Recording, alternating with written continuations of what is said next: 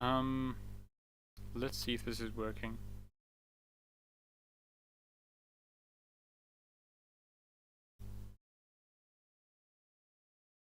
Now, how? I think it's working. Let me just check.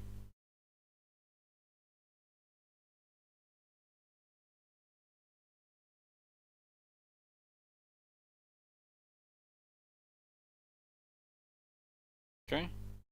Well, that's good then.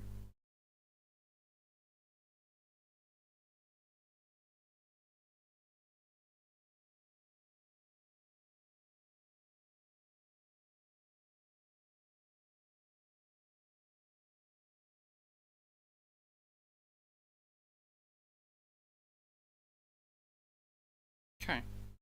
Let me just see if people are replying or not.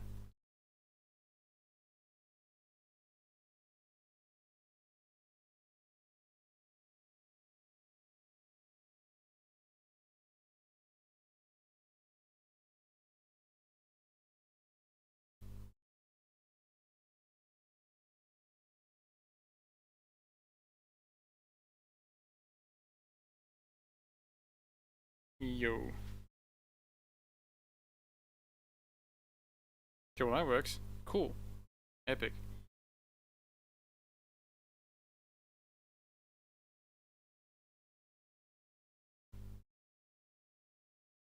Uh, nothing much. Opal. Nice to see you here. Cool. Well, yeah, I guess I just have to wait for this in 5 minutes and then it's going, which is pretty cool. Brazil egg enchantment, that's pretty good. So how you been, Opal? Excited to be here? I'm also excited to be here, if you could imagine.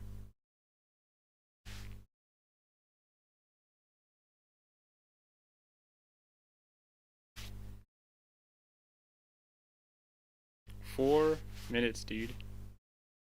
T-Tom says, why are you here now? You have divination class in 10 minutes. I'm sorry, I had to skip class, I think this is a bit more important, than divination class, Just a feeling, don't tell anyone, T-Time.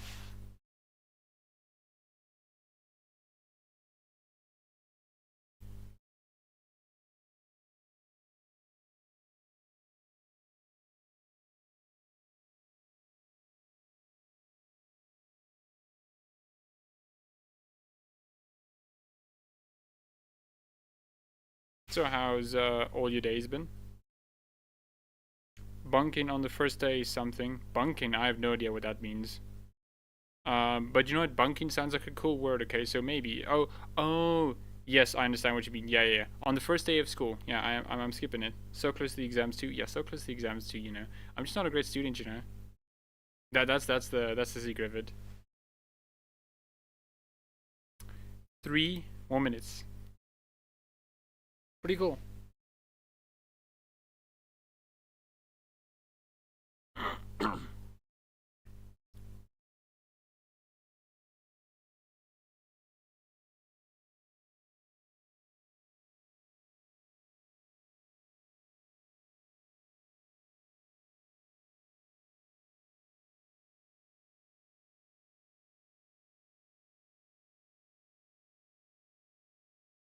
Enchantment sandal.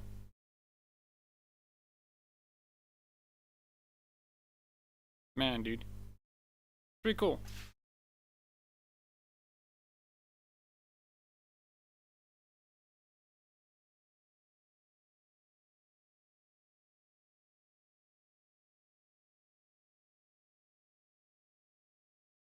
Not up to much. Catching up on some studying. Sounds cool, Opal. There better be pet nugs this time. There better be pet nugs this time. I mean, I just don't know if this is gonna be a good game without any nugs.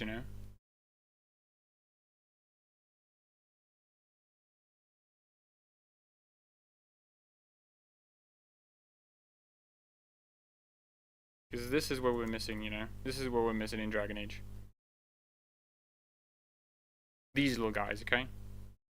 We don't see any of these guys, okay? It's probably gonna be a terrible game.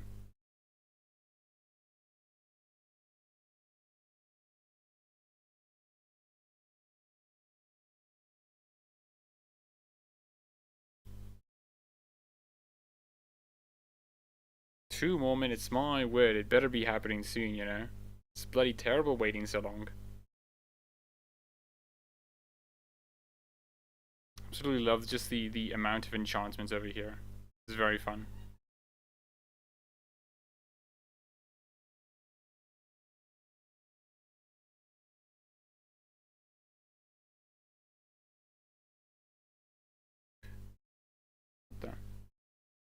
Before this starts, I mean 60 seconds, okay? Before this starts, you know, anyone looking forward, or like looking for anything specific during this like guided gameplay? Because I think what I'm looking for is like maybe some story explanation, not like so much, but like hints that like, yeah, we have like an idea for this or a plan for this or something like that. Jeffrey Natal, hello there, my guy. Nice to see you.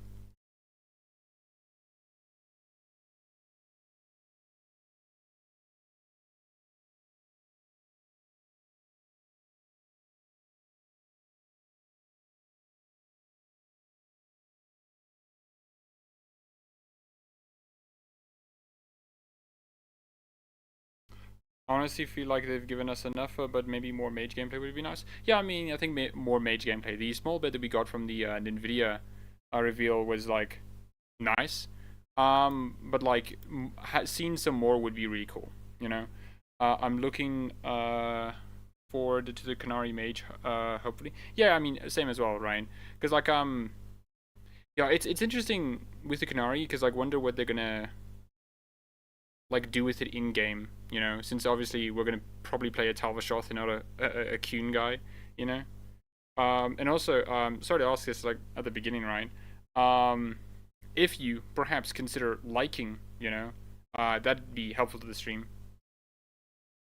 Of course, you could always dislike the video, you know.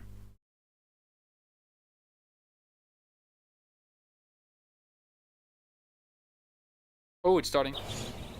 By starting, I mean it's giving me an ad. Hello, American viewers. This is like an ad from my country. Oh, it's a bit loud. Let's see if I can just put it a bit softer.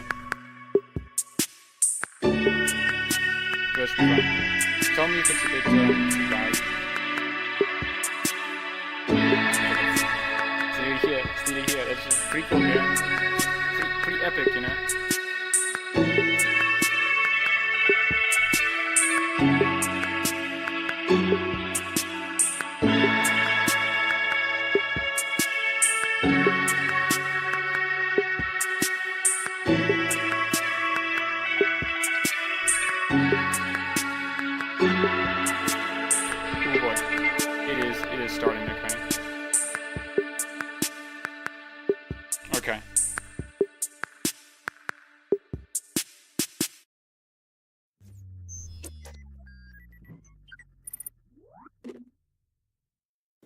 What's up, everybody? I'm Kat Bailey, and this is our extended look at Dragon Age the Veilguard's gameplay. I'm here with Bioware lead developers Corinne Busche and John Epler. Corinne, what are we looking at today? Ooh. Hey, all. So today, we're going to be helping out one of our companions, Davrin. This is part of his personal arc to rescue the griffins long thought extinct. Okay. We're going to take a quick journey through the Lighthouse, your base of operations. We're going to head into the Crossroads and make our way to the dark swamps of Hossberg wetlands. Man, dude. So you're in the Lighthouse, as Corinne mentioned. This is your base of operations that you inherited willingly or unwillingly from Solas.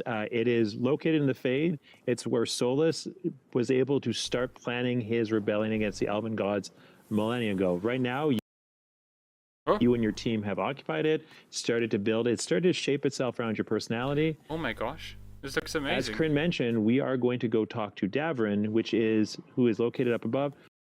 I really like how like each companion has each of these spaces kind of shapes itself around your companions as they live there, as they basically spend their arcs in those rooms.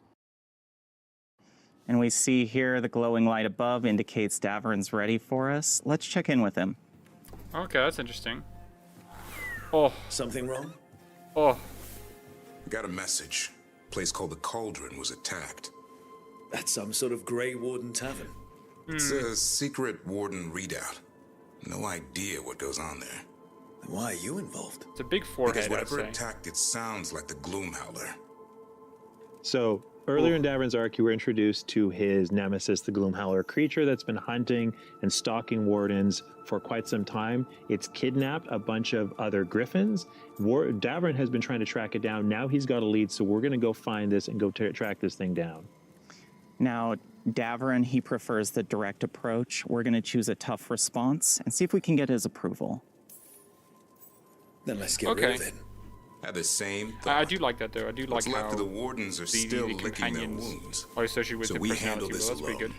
good. Just go to the Cauldron and get the griffins back. You have to promise to behave, boy.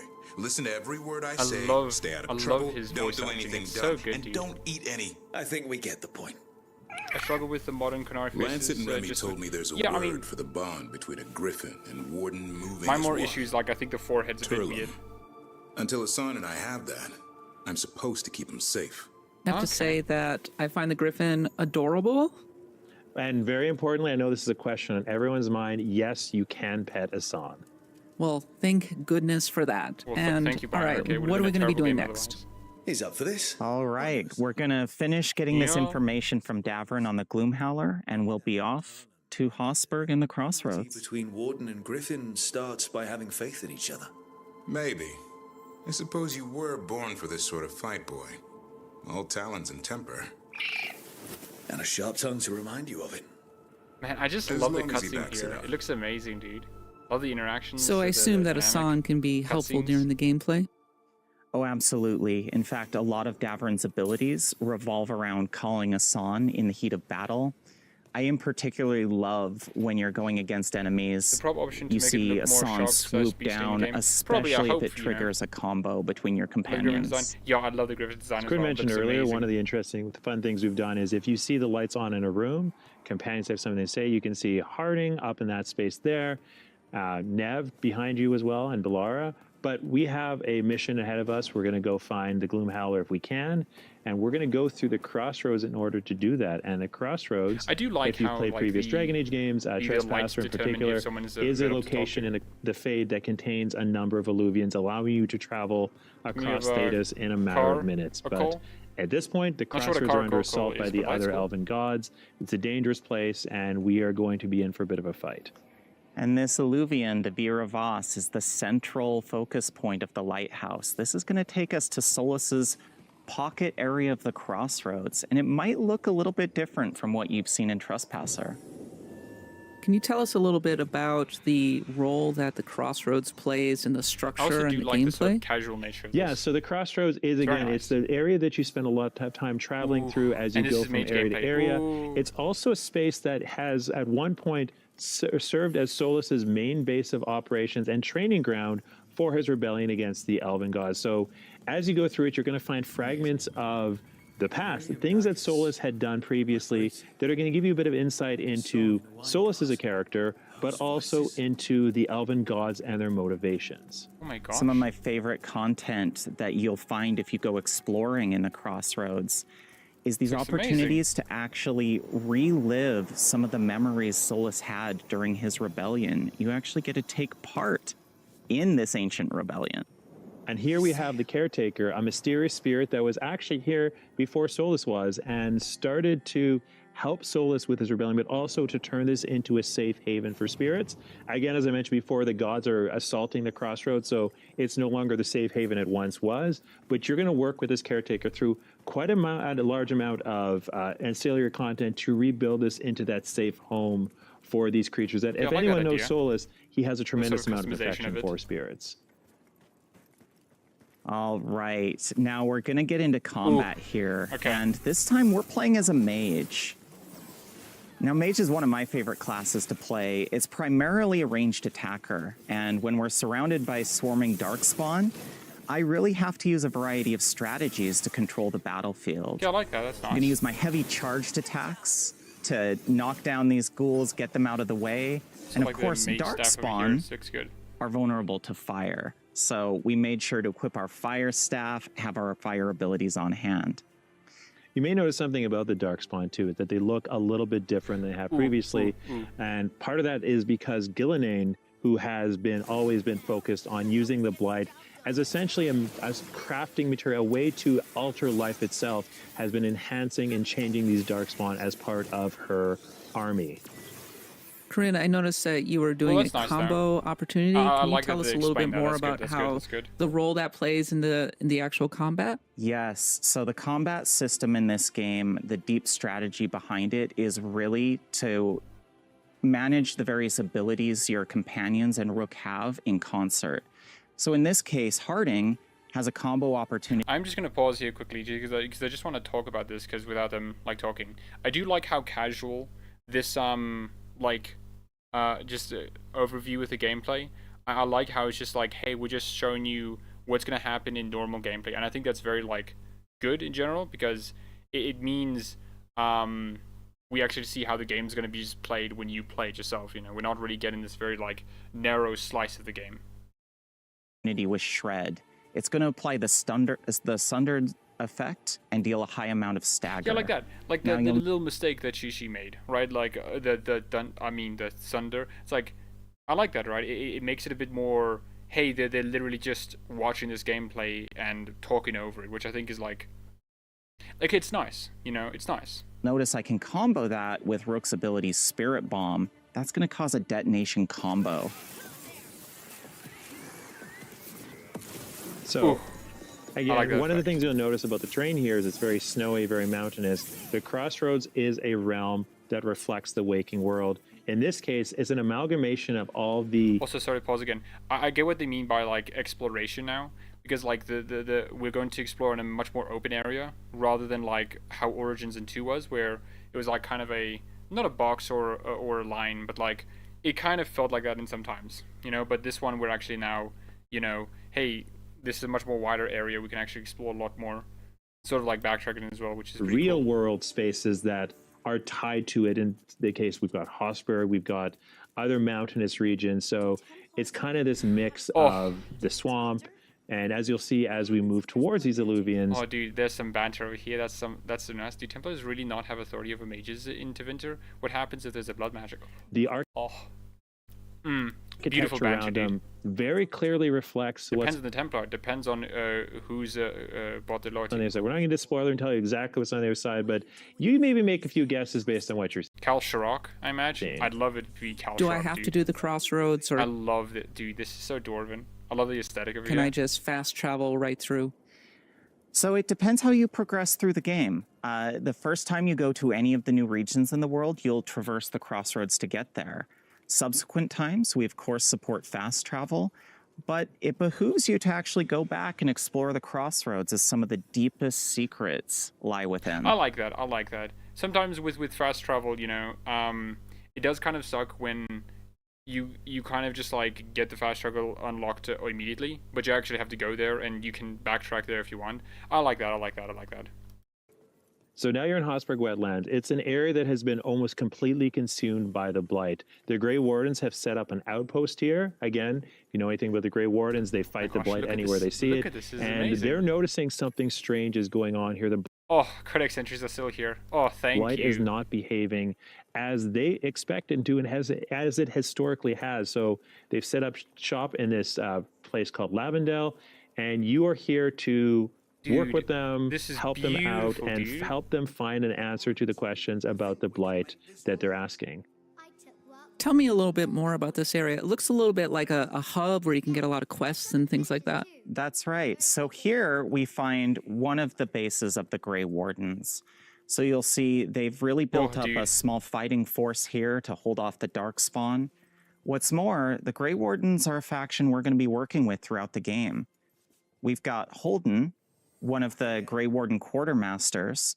We're actually going to upgrade his shop and see what items he has in store for us, see if maybe it gives us an edge in combat. Okay, so materials you get can also upgrade things as well. And also it seems like you have a rank, a reputation system. That's interesting. I like that. And the Grey Wardens, much like the other factions, they understand the stakes of the gods being out. They want to help you, but you need to help them first. They have, again, as Corinne mentioned, they're holding off the Darkspawn here. They have other priorities, so getting them more powerful allows them to more meaningfully contribute to your fight against the Elven God. Oh, dude, look at this. Oh, this is amazing looking, dude. I love this aesthetic. All right, so we're heading out of the Grey Warden Fortress into the small town of Lavendel. Oh my gosh. Now, this used to be a beautiful place full of life, flowers, and you can see what effect the blight has had.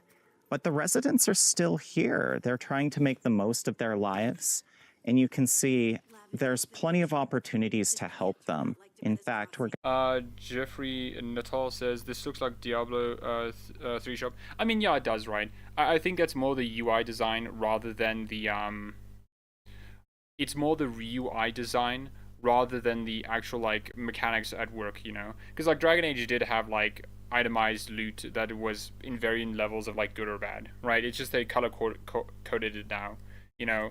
And as or do you probably mean like the upgrade system? If it's the upgrade system, then like I can get that as well, Jeffrey. But yeah, but I think it's fine though. I do kind of wish we were able to like talk to them more in depth, you know. Upgrade. Okay, that's what you mean. Yeah, then I get what you mean, Jeffrey. Like a bit of a Diablo type of thing, which I don't think is necessarily bad. I think it like causes the player to like, hey, I want better stuff and better items, and let me actually like do it, you know, which I think is fine. But I do get that. It kind of does feel a bit gamey in a way.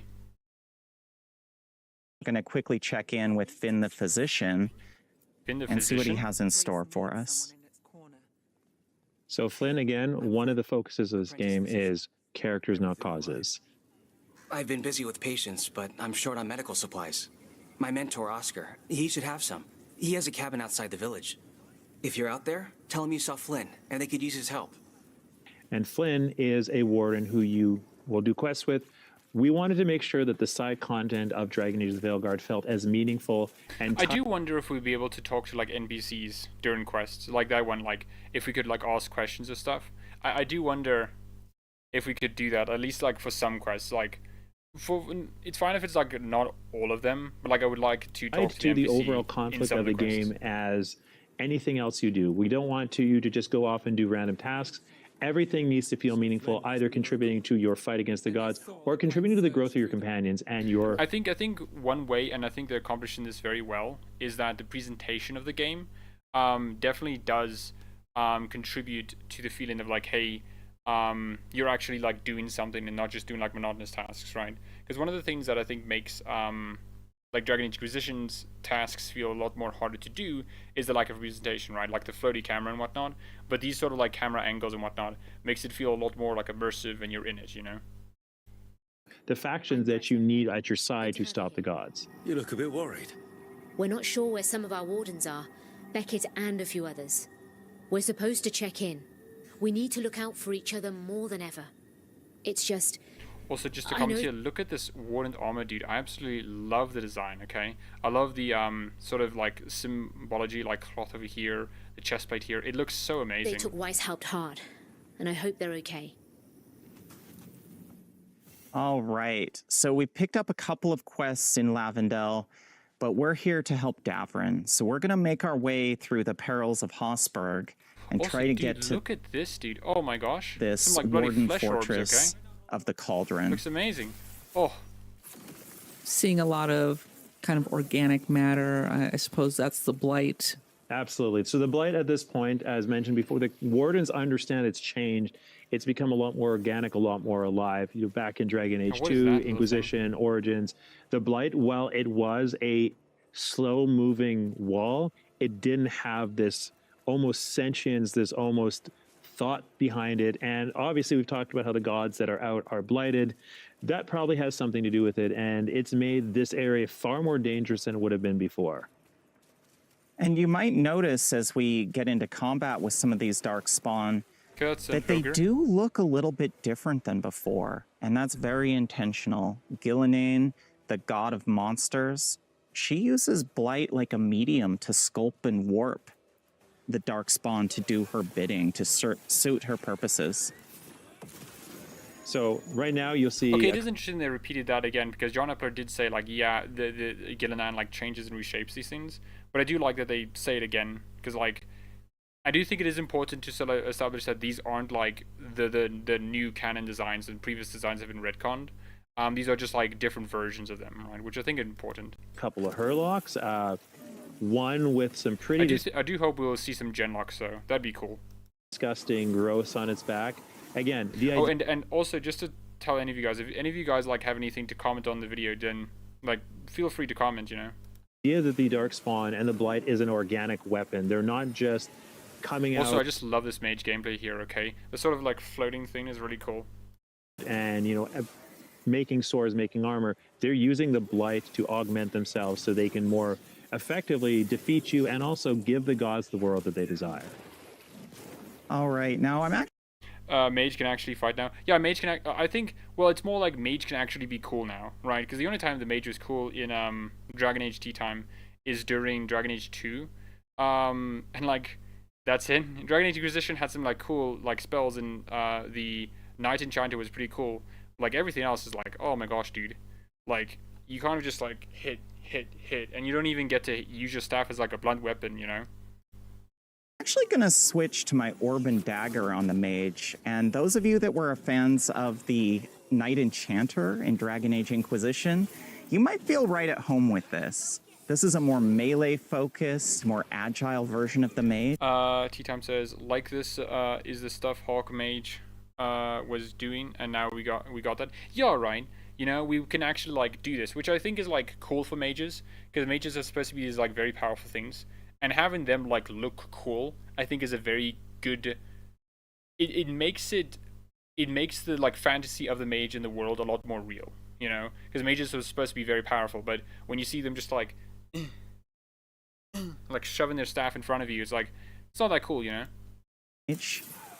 One of the main mechanics here is you can use this elemental orb to apply stacks of elemental damage to the enemy, and then unleash them with your dagger to detonate them. So, again, I do want to mention again that I do like how very casual this like gameplay showcase is. You know, like I can imagine a player, just a random player, just like doing these little mistakes. Okay, nearly dying over there. Like they never actually die, but they do some dumb stuff, you know. And I think that's very cool. We're in. You'll notice that there are blight pools. Also, I do want to ask, like, any of you, what do you think of the environment that they're in with all these like flesh bags and whatnot? I think it's pretty cool. The Darkspawn aren't just coming out of nowhere. The Blight is spawning them. Again, part of Gilnenane's attempt to turn this into an army for the gods is to use these Darkspawn, not just... And it's interesting John Epler says gods there, because, like, what does that mean then? Like, is it more than Elgranon and Gilnenan? Or, like, the other ones there as well? Like, that's very interesting. Approver Singh says, finally a worthy gameplay interview. Yeah, right. Like, this is pretty cool. Again, whereas you have the Venatori and the Antam, one case representing magical power, in the other case representing physical strength, the Darkspawn are representing overwhelming force. That was a pretty clutch heal. Okay, that's interesting. So the Venatori are going to be a different faction fighting against us. I like that. Earlier, by the way. Oh, and look at this, dude. I love the fucking hand. Just like... It's cool, dude. We've talked at length before that our fans have asked us, where is the healing magic? Can you bring it back? And Nev in this game, happy to oblige with a kit of healing spells. Okay. I think that's nice then. Like, okay, so let me say this. Okay, so I think one of my things that I like a lot about Dragon Age is how a lot of the mechanics are representative in the world actually, right? Like, the sort of symmetrical nature of Dragon Age Origins is really cool, you know? What the enemies have is what you have as a player, you know? And it's nice to see that sort of representation in-game. Even if we ourselves can't do that, I do like that Nev can, like, actually use healing magic, you know? Because it does, like, kind of question, like, hey, where's the healing magic, you know? Like, did it go away? Did it not go away? It's still there, but like it's nice to have a confirmation that like yeah, it still exists, you know, and it'll still be like used in reference within the game. Though it would have been nice if we could also do healing magic as well. So one of the interesting things that I love about our companions is each of them, their abilities, the way that they're built, they're very thematically appropriate to the character. They're very focused on making sure that the gameplay... And that's a nice sign, though. That's a nice sign that the companions are built for their gameplay, and that does like take away from like some of the aspects that Origins had, which is we had a sort of companions had all the items and abilities and, you know, functions as any character in the game, but having them so like tailor made, their abilities and stuff, makes it feel like, hey, we actually the companions and what they do are tailored to them and are made for them. It can tell a story through their abilities and what they do and the options they have, and I really appreciate that, you know. T-Time says, wait, we won't be able to learn healing spells if we decide to play a mage with a rogue and a warrior in our party to frontline. No. If I go back here, T-Time, we can just listen to this again. Or that our fans have asked us, where is the healing magic? Can you bring it back? And Nev in this game, happy to oblige with a kit of healing spells. So obviously that doesn't mean that we won't be able to use healing magic, but like when Corny says, hey, we're happy to oblige, Nev has some healing magic, I'm not sure if that's we can have it or if that's just a Nev exclusive thing. I think it would be cool if it's like a thing that we can all use, you know.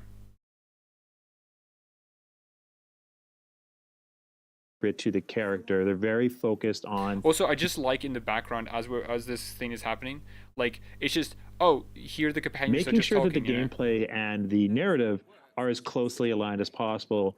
In the case of. Okay, I like this though. As odd as this may be, I do like just these inventive ways of traveling around, you know. Versus Blar versus Amrik, our mage. Also, it's very funny that hey, Rook's gonna go there, right? And then he just has to wait. Just wait patiently, you know, like, oh, I wonder when they're gonna get here, you know. Each of them has a healing ability that is thematically. Wait, hold on. Are as closely aligned as possible. In the case of Nev versus Blar versus Amrik, our mages, each of. Annabelle Ashdown says, just watch the video myself. It's so exciting. Yeah. I mean, I am like behind.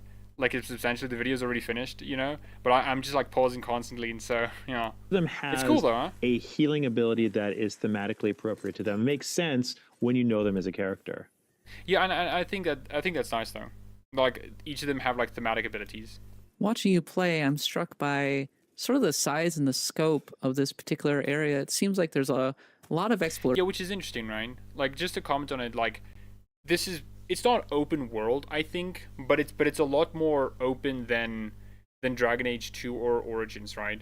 Like I can it feels, and something that I've been looking forward to for this like game, or like if Bioware ever did like an open world thing, I wanted them to do something more like wide linear, right? It's this idea where you have a very open space, but this open space is very focused, you know? Like you have a direction you're going to, but you have like paths and branches. It's something like they did with Empress de Lune, where they were able to, they were able to make the assault on the Red Templars a lot more like weighty and thematic, because hey, you're going against them, you're building the Inquisition's force, you're building like momentum to go against them and their keep, but you still have like paths to go around, you know, to explore, to do quests and whatnot, which I think is like very important, you know. So I'm glad to maybe like see this sort of idea exploration that I can be doing right here. That was really one of our goals with these areas. Of course, we are a mission-based game, but we really emphasize player autonomy. You can revisit these spaces. They're full of secrets, puzzles, some pretty incredible bosses and treasure. And of course, as we saw earlier in Lavendel, some really narratively rich side quests. One thing that's interesting is you'll find we're going on a quest for Davrin, but Davrin is not currently in our party. That's because Davrin has gone ahead of us and is waiting for us at... Oh, okay. That's interesting then. The Cauldron. This is, again, we want the followers, the companions to feel like they have autonomy. And while they won't complete the quest on their own, they will go ahead and get things ready. So when you get there, you can have it. Okay, so that's how we get 3 companions. It's like during companion quests, we'll be able to have like an additional companion because they'll be there regardless. It's just, okay, I think that's nice. Talk to them, you'll have a conversation with them, and it feels like they're as invested in the success of their journey, their stories, as you are. This looks like a pretty contiguous zone, is that right? It is, yes. So it's full of branching paths, different areas to explore. And what I love is the more content you do in the area, the more shortcuts you're going to discover. You're really going to have a lot more flexibility. Something to just say, because I think it is important to mention. For those who don't know, Corinne, Busche and John Epler played Elden Ring, right? And why I think this is very important to mention is because they absolutely loved Elden Ring. They absolutely love From Software, right? They love the designs. So I wonder how much of the open world and whatnot is influenced by those games. Not saying this is an open world, because I don't think it is. But that the sort of pathways opening, like new paths opening up, backtracking and stuff like that, is maybe influenced by From Software. I'm not sure what you guys think about that, but that's something I've been thinking a while of. How is this influenced? How are their experience with From Software influencing Dav? Flexibility in how you navigate between your remaining missions and quests. Well, I think something really interesting too about the way that our team has built these spaces is there's the idea of each space has its own story to tell. And while those quests, we talked earlier about those quests and side quests being narratively relevant, they also contribute to more of a meta story about the space itself. So in the case of Hosberg, we talked about how this is an area surrounded by blight, and you're kind of getting to the center of what exactly is going on in Hosberg and Lavendel, and these quests that you do and the content Corinne is currently engaged in helps to tell that story. Which I think is good, though. Take him out. All right. We can see our companions are up here attacking this dark spawn on their own. Let's give them a quick hand. Andy, this is absolutely wonderful. I absolutely like the gameplay so far. All right. And I love positional gameplay, making use of the environment to your advantage. And I just saw that you could do a takedown move, so it's kind of a finishing move. Yeah, I wonder how takedowns would work with mages, though. Because, mages have, staffs, orbs, and, the Spellblade. I think the Spellblade would be the obvious one, but, I wonder how orbs and staffs You can. Now, in this particular build, I'm really focused on using necromantic energies to siphon life force. But if I, for instance, wanted to go the stagger route, I could go a full takedown build if I like. It's a really okay, that's powerful, heavy-hitting style of gameplay. All right. So you'll notice Davrin is waiting for us. So let's go see what he has to say. The sun flies in. Yeah. A bad day at the Cauldron. Oh, what could do dude. that? What have they been hiding inside? Also, I love his armor, dude. It looks amazing. So something toward... Sorry. I gotta point out, this forehead, my guy. This forehead. I hope we... Yeah. Or through the gate, that's probably not great. Looks like we should probably get moving. We won't find out standing around here. Be ready for anything.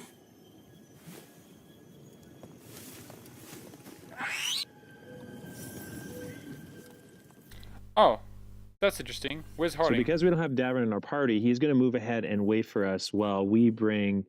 Oh, Harding's still there. Okay, that's interesting. So we do have Harding along to clear a path for ourselves to find Davrin and get to where he is. Can you talk a little bit about how Nev and Harding sort of synergize during the combat?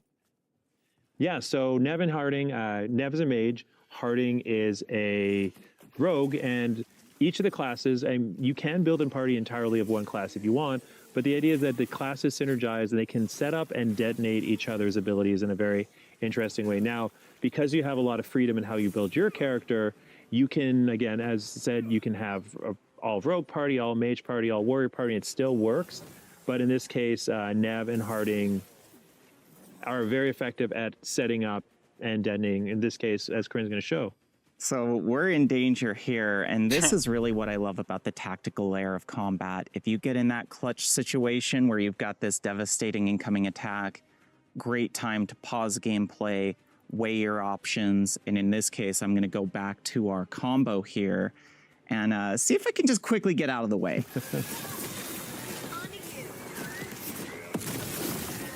All right. Like that. You no, can it's see definitely a lot more like of a melee Mass Effect, which I appreciate, applied siphoning to these enemies, so I'm actually going to be leeching their health when I use my Mage Beam. Just Now kind you'll of notice feeding, there's you know? blight boils throughout the area, and that's part of our philosophy on the combat encounters. If I don't destroy these blight boils, ghouls are going to continue to emerge. So I'm really focused on what targets do I take down first. I wonder where the genlocks are, though. Because we've seen a lot of herlocks, and there's like spear-throwing guys and ogres, but we haven't seen any genlocks, you know? I wonder where they're going to come in. Enemy's a little bit weaker. I think I'm going to have my companions focus on them while I deal with this grenadier that's given me some problem. Yeah, I will say, and that's, I'm not on the stick. Corinne is much better at this game than I am, and this You say that? Well, most of the You say that, you know, my guy. time, yes, 100%. But each enemy, again, really leaning into the organic. What I love about the grenadiers is they basically rip off pieces of themselves and throw them at you, which explode as blight. And again, really leaning to the idea that the blight is organic and disgusting. One thing that I'm noticing is that the combat encounters can get pretty intense. You end up fighting a lot of different enemies. You can absolutely die if you're not careful. Yes, and this, as we mentioned earlier, this is well into the game. So combat counters have really ramped up. And it really shows the importance of positioning, using your companions wisely, and looking for those synergies and combos. Oh my gosh. You fucking died, dude. Now, this is interesting. We just went down. We've built our companions to be able to come to our aid. So we're actually going to use a revive here. And Nev to the rescue. And as Corinne mentioned, this is later in the game, and Hossberg itself is what I would consider a later game area. And the encounter is a little bit more challenging. It's a more dangerous space. This shows up in the encounter, but it also shows up in the visuals, the storytelling here. This is a place that you don't want to be. You don't want to be in Hossberg. It is full of darkspawn, full of blight, and just generally appreciate it. Like, look at this dude. I absolutely love just the tendrils, just like grabbing everything and just like infecting everything. You know, I gotta say the environment design for this game is like absolutely like top notch. You know, like when I think of, you know, a darkspawn sort of like infant station, right? This is normally what I think of, right? Because in Origins we do see some like blood and gore and stuff like that. And with the Broodmother, we do see like flesh like grown all over the place, you know. And this is what I imagine like the height of like the first blight was. They were just like kilometers of fields just covered in flesh, you know. And like that like imagery is like so well done in Veilguard, it seems. And I absolutely love this, you know. Especially because like the contrast with the ruins of like Grey Warden like bases and fortresses, like with the darkspawn flesh just like coming all over the place, you know. Place to be. Well, we'll be able to explore more of the Cauldron when Dragon Age: The Veilguard comes out on October 31st. In the meantime, we are going to be continuing on with our IGN First coverage of Dragon Age for the rest of September. And for everything that's great about games and RPGs, keep it locked on IGN. And I appreciate that we don't actually get to see like Davrin's like loyalty quest or like companion quest. I do think that's nice though. Thoughts, everyone? What do you think of the gameplay trailer? John Epler and Corinne Busche just like chatting about. I'll give like my opinion. I gotta say, like, the first sort of idea I have is like not excited, more like an understanding, right? Because obviously like the previous trailers, right, were a lot more like bombastic, exciting, the music was flaring and whatnot, but this was a lot more of a simpler, you know, game. You know, we were just like exploring it, going through and just like playing the game almost. You know, we didn't have the controllers in our hands, but it was done in such a like how a player would play this, that I think it's like in that feeling, you know, because when you play something, it's not always gonna be like high highs, you know. Like, what do you all think of it?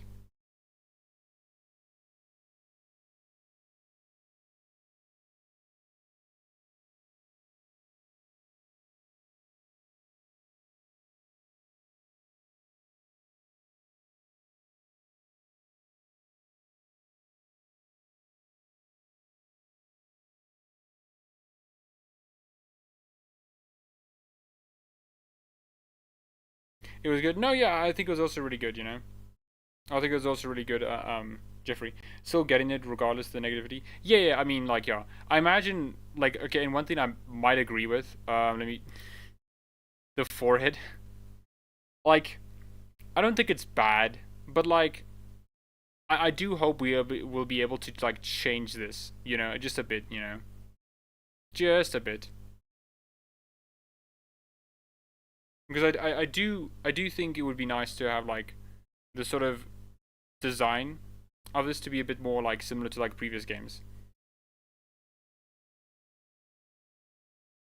But out of the way, I think we can just like maybe just go through a few things, just like see how it is. Like the lighthouse just looks absolutely amazing.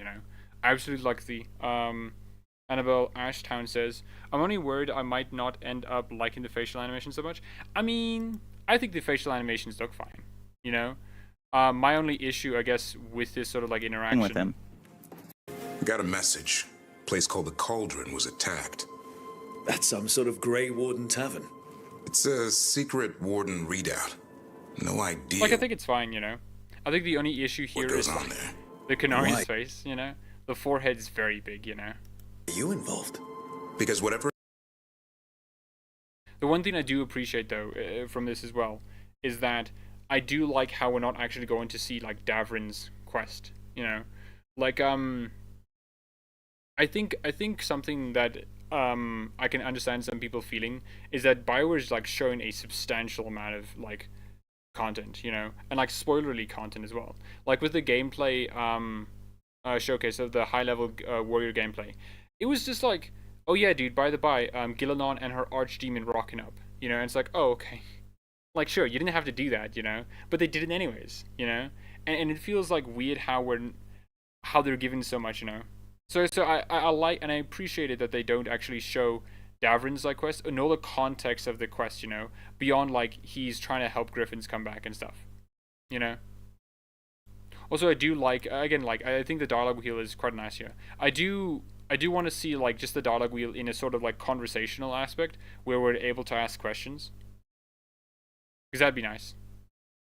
Also over here, Asan. Beautiful little baby boy, okay? I love his eyes. I love his ears. He just looks amazing, dude. Amazing.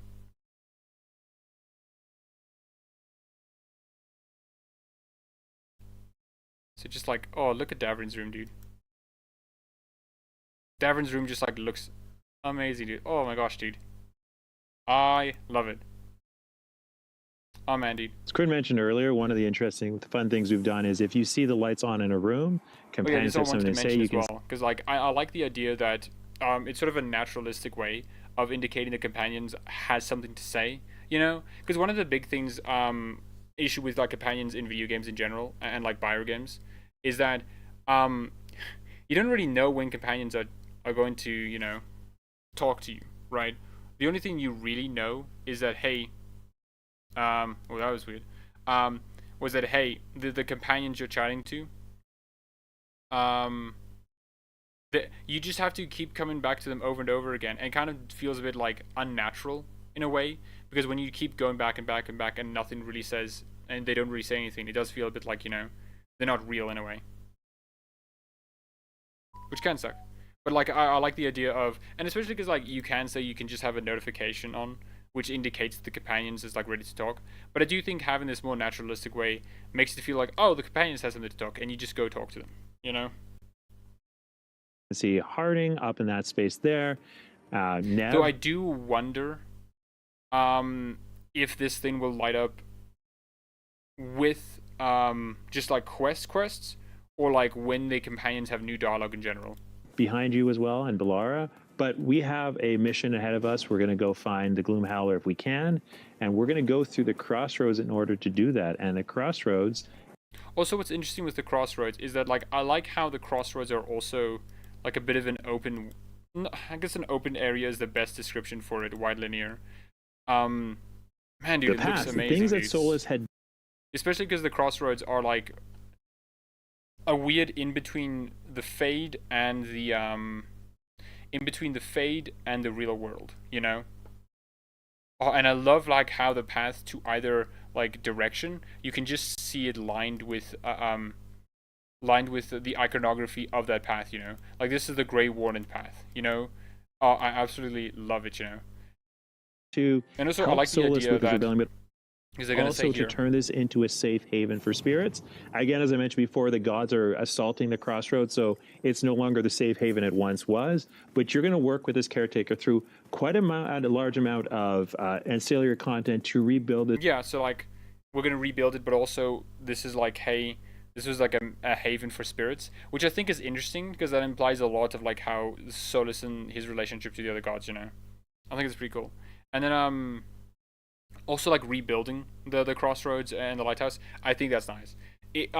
Dragon Age, like Skyhold and like Vigil's Keep are really cool like castles, and it's nice to rebuild them, and it's always cool and fun to like build upon and upgrade a home base that you have, you know.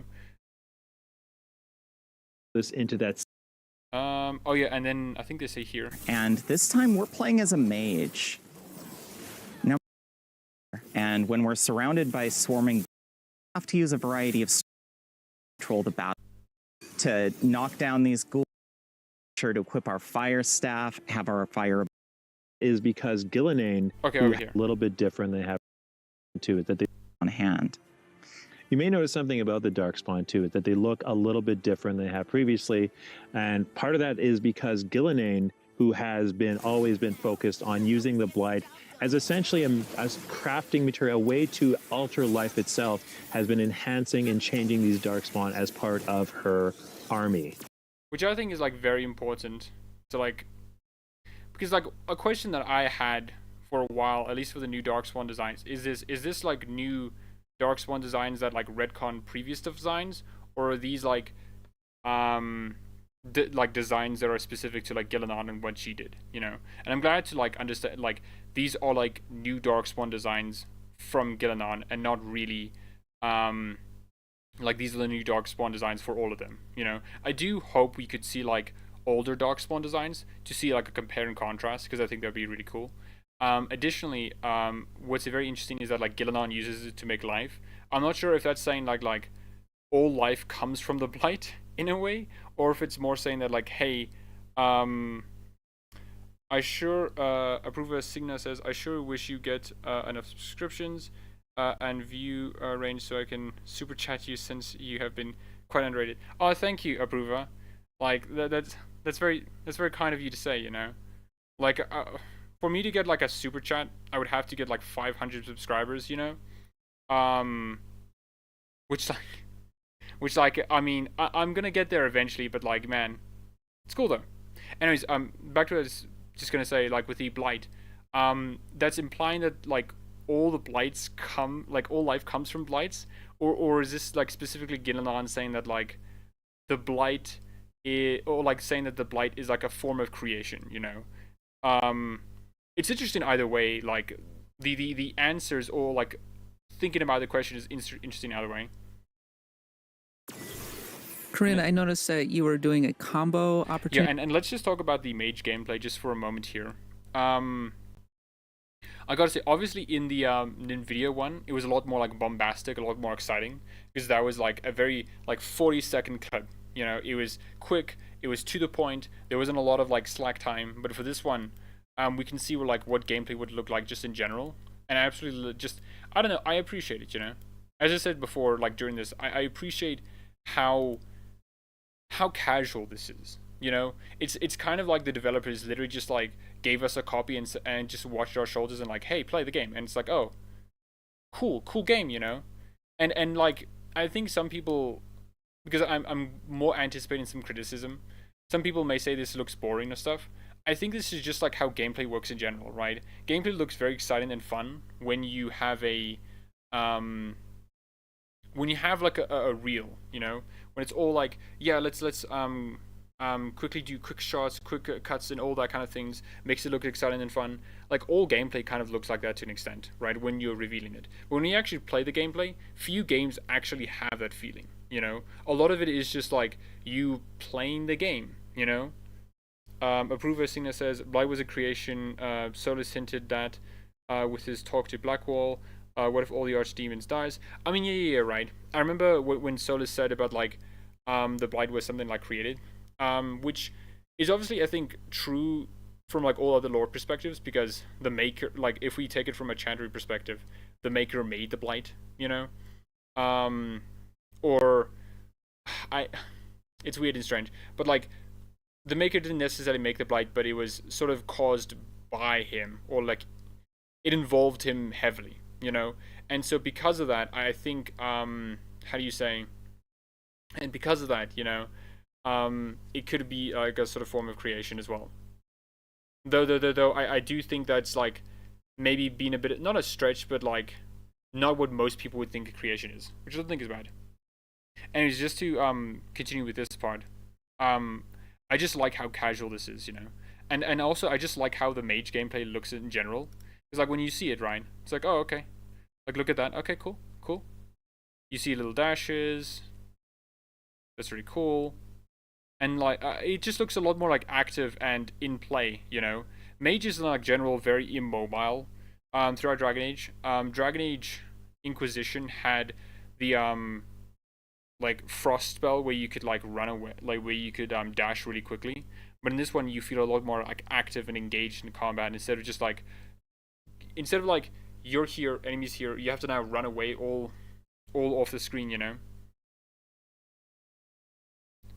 Which I like this though. Oh, and also the teases, the fucking teases Corny Busche and John Epler are.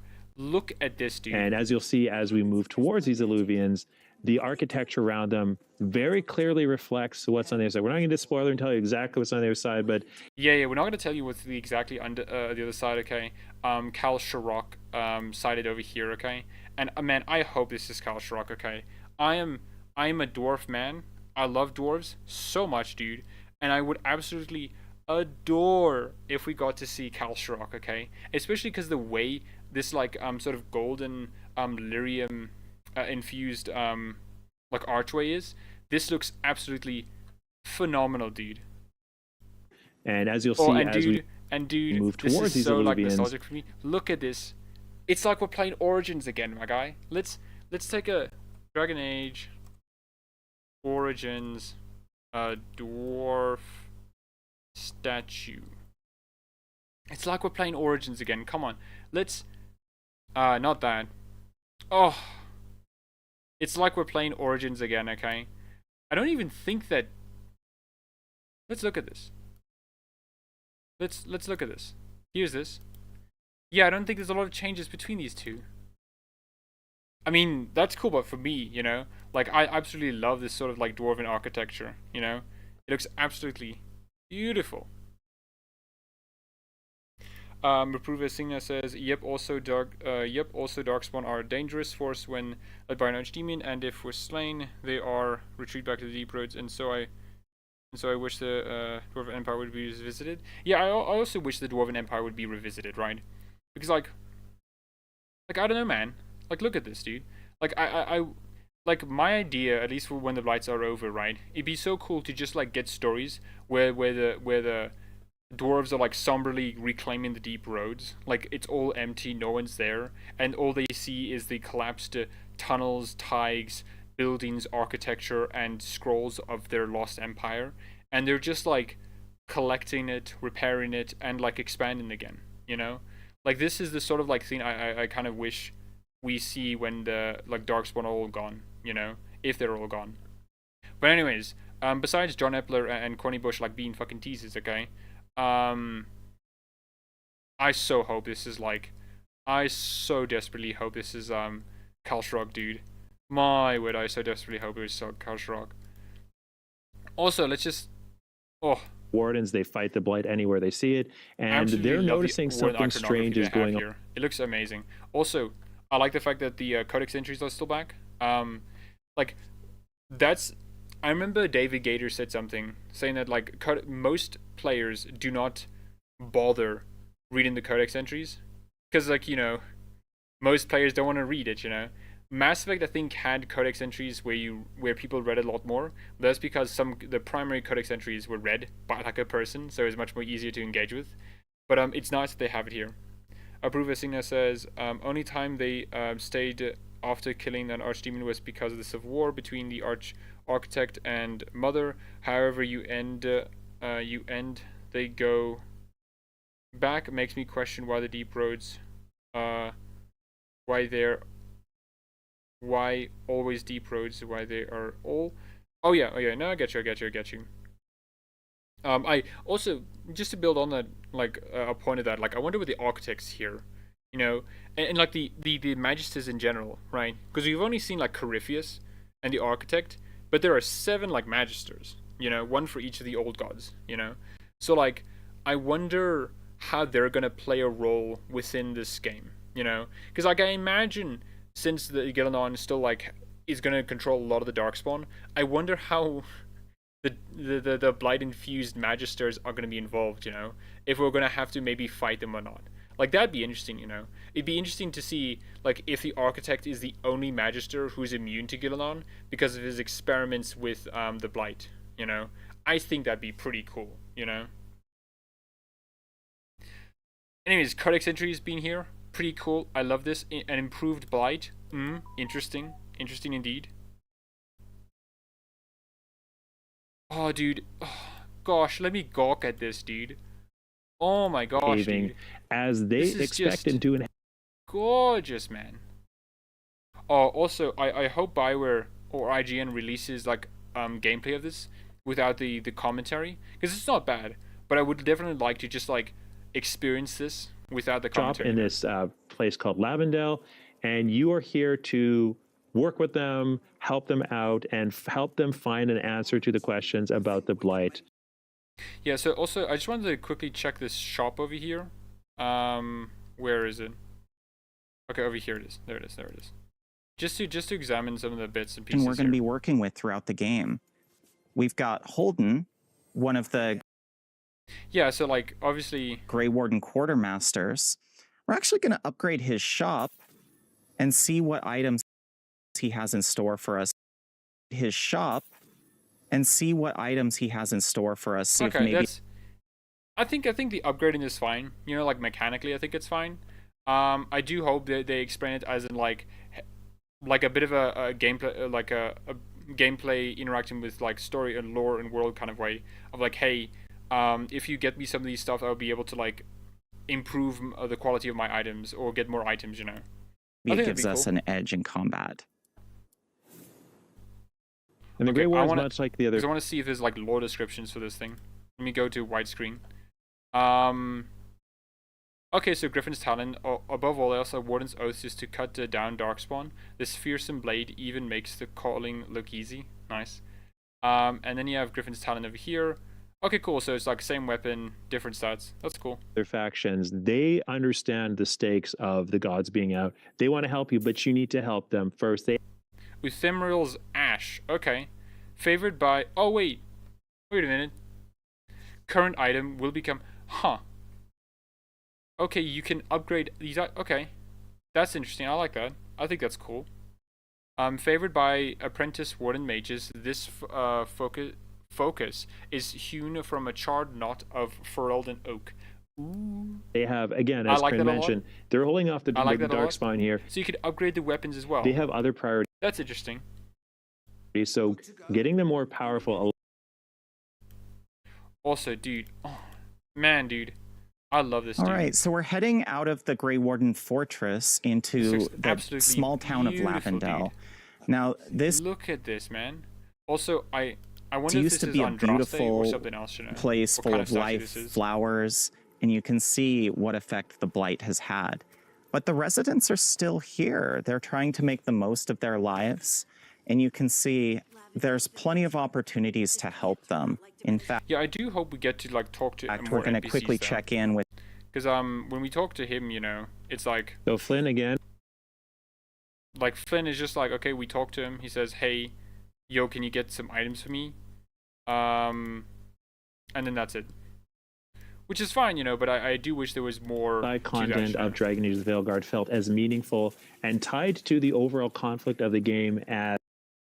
I'll head out. No, it's cool, Jeffrey Natal. Thank you for like joining for as long as you wanted. Okay, I appreciate anyone who like comes here and just like watches the stream with me, you know. There's a few more points to go over, then I'll head out soon as well. One thing I want to do, just to anticipate some criticism, is I think some people will be like, oh, do you mean like bad quest design or something like that, or like how is this thing connected? Because we just talked to the guy immediately, right? I think one thing that like they forget is that Origins also had a lot of quests like that. Literally in Lothering, one of the first quests you have is giving a woman like 10 poultices, right? Like 10 healing items, right? And like I don't think that's a bad quest at all, you know?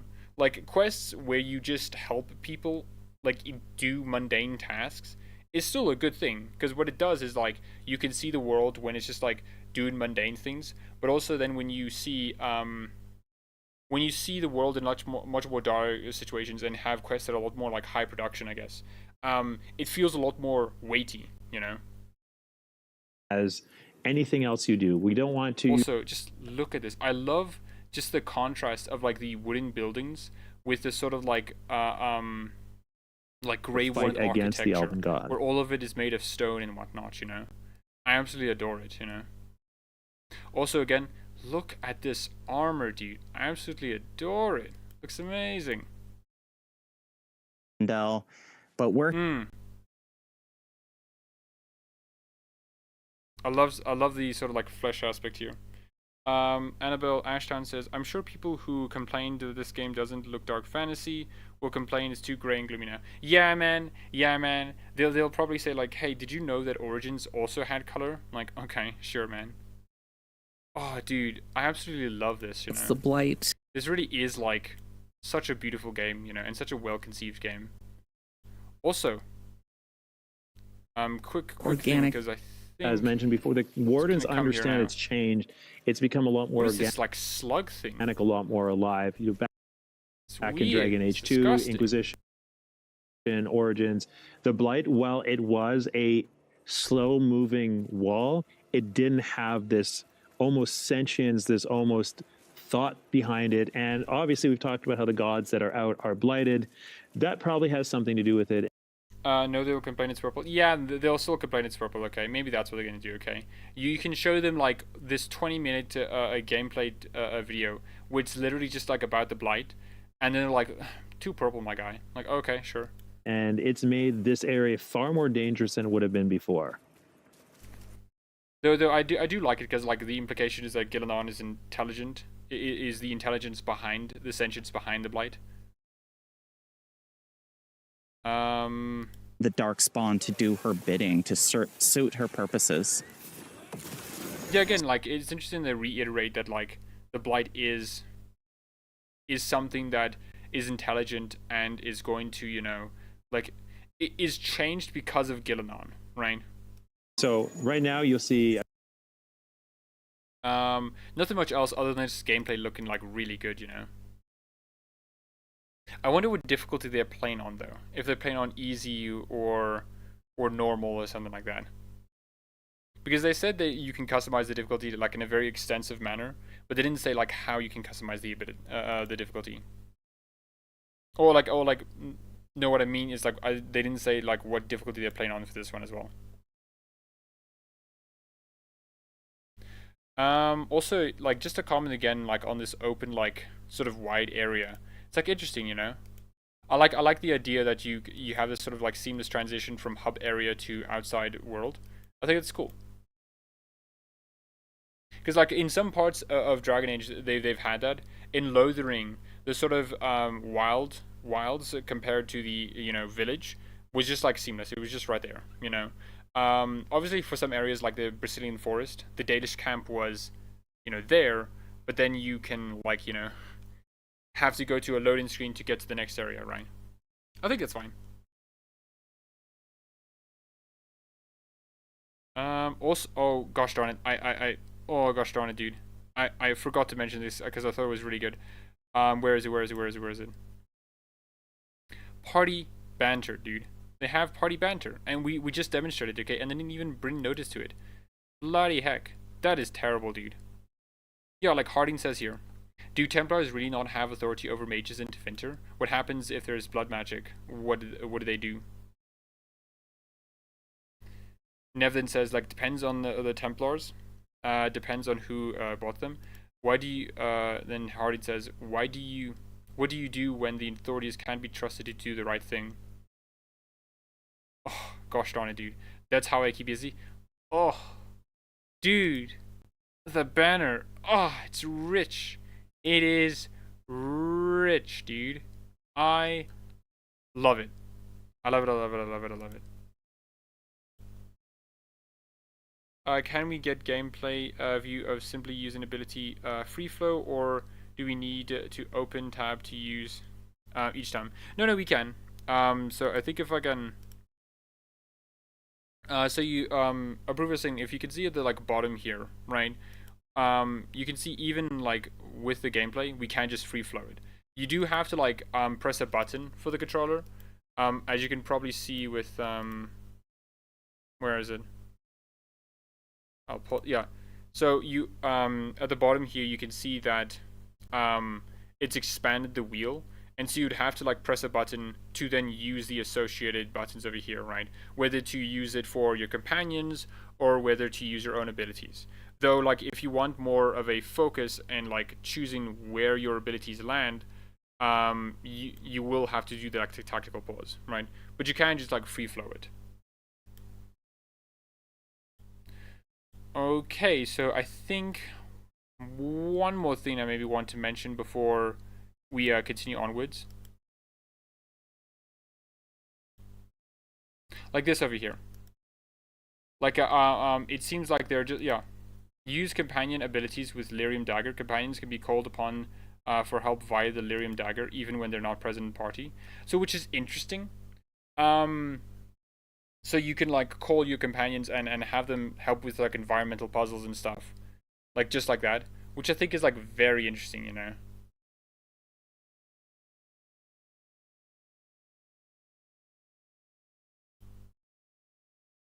Oh gosh darn it, dude.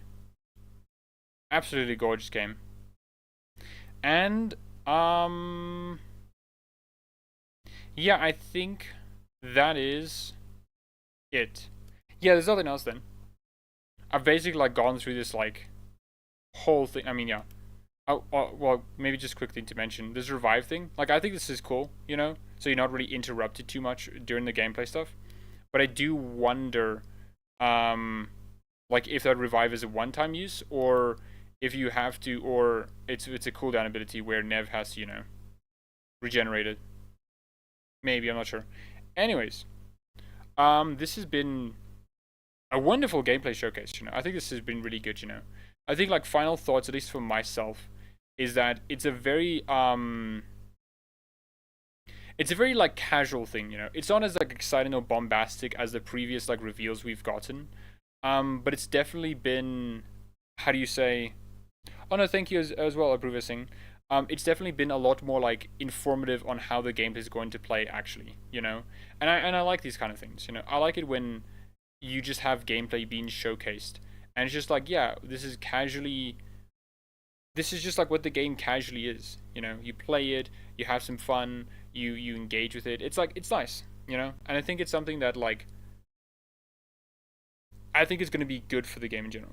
Opal says it was pretty cool. Yeah, I do agree. It was pretty cool, you know. But yeah, like nothing else. I think this has been like a wonderful gameplay. I think there was some wonderful insight from Corinne Busche and John Epler. I like the fact that they did confirm that, like, hey, these aren't like the new like Redcon Darkspawn designs. These are like just new versions of them, which I think is very important to say. Because like while I don't necessarily mind newer Darkspawn designs, I do think it is nice to keep consistency with like the Darkspawn aesthetic overall, like throughout the games, you know. I like the little tease that Cal Shrock's gonna be here. I love the mage gameplay. The mage gameplay looks absolutely amazing, you know. Finally we get some like cool, engaging, vibrant combat. I like the abilities that they showcased. Combat looks good. Banter. It's always been good. It's never been disappointing. And yet again, here we are. Banter, really good, really engaging. Oh, dude, and one thing that I love about like Dragon Age's banter is that like it's just companions asking questions of other companions. Like Hardy just says, Do Templars not really have authority over mages in Tevinter? What happens if there's a blood magic? What do you do? And then it's just like, and Nev just like replies in such an amazing way that like describes her character beautifully, dude. Depends on the Templar. Depends on who's bought their loyalty. It's just like, oh, dude.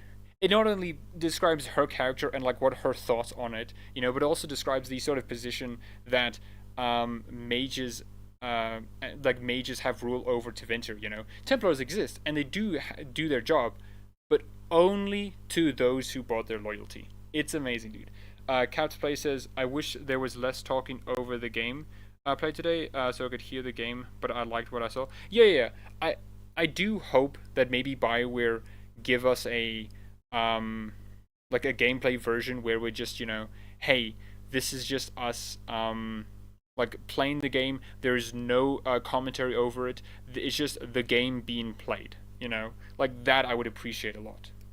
Oh, and then in the next bits is also just like so good farting. Then what do you do when the authorities can't be trusted to do the right thing? You know, and it's just like, okay, cool. Conversation back and forth. That's how I keep busy, dude. That's Nev's character. She's a detective who goes around to Tevinter trying to do her best to make the society better. It's just like stuff like that is what makes Dragon Age like banter so vivid and so engaging to me. It's companions chatting with each other, and not only that, but it's conversations that are moving forward, you know? You're not on the same topic over and over again. It changes and evolves, right? Like, hey, initial question, Templars, how do they work in Tevinter? Do they not stop blood magic? They do, depending on who bought them. And then, hey, then, you know, how oh boy. And then, like, Harding just says, you know, like, then what can you do when you can't really trust the authorities? And then she says, evolving, that's how I keep busy. It's interesting, you know? Oh, gosh darn it, dude. Such an amazing game, dude. Oh, and also, I just want to say, I love this so much, dude. It is such a beautiful game. But yeah. I think that's everything I want to discuss. It seems like the level caps though is like higher than 30, which is interesting. Oh, do we hold on. I want to see if we can get into maybe like a menu. No, we don't. Okay. We don't get to understand what our Kunari friend's name is. But anyways, that's been the video. I hoped any of you who watched this enjoyed it a lot. I certainly did. I thought this was like a particularly great video. A very nice look into Dragon Age, like Veilguard's like gameplay. Just casually like going through it, you know, having a bit of a time. Oh, it's so beautiful, dude. But yeah. Thank you all so much for watching and like watching this with me. It was a joy to read your responses and chats and whatnot. And so yeah. I hope you enjoyed. I'll just wait a bit just to since there's a bit of a lag between the stream from what you see, from what you hear and see, and what I can see.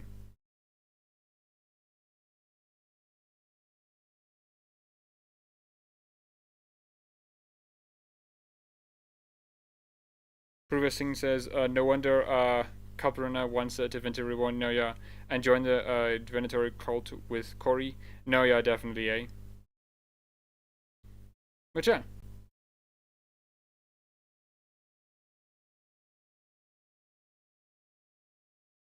Okay, well, thank you all so much for watching this to me. And since this is also going to be a video on my channel as well, if you like this, perhaps liking and subscribing will also be cool. But also, if you thought this was interesting or have any thoughts on the game for yourself, please leave a comment down below. I'd like to hear your comments. So yeah, enjoy. Yeah, and enjoy, everyone. I hope you have a wonderful day. It's been truly wonderful to listen to you all. Annabelle Ash says, thanks, I can't wait for more Veilguard news. No, I also can't wait for more Veilguard news. It looks like it's a game that's shaping up very well.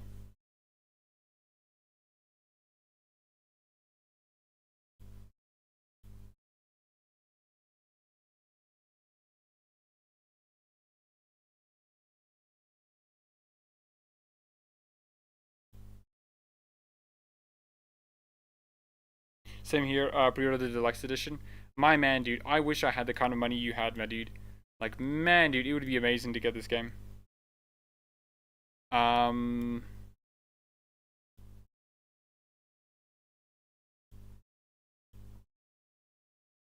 Anyways, thank you all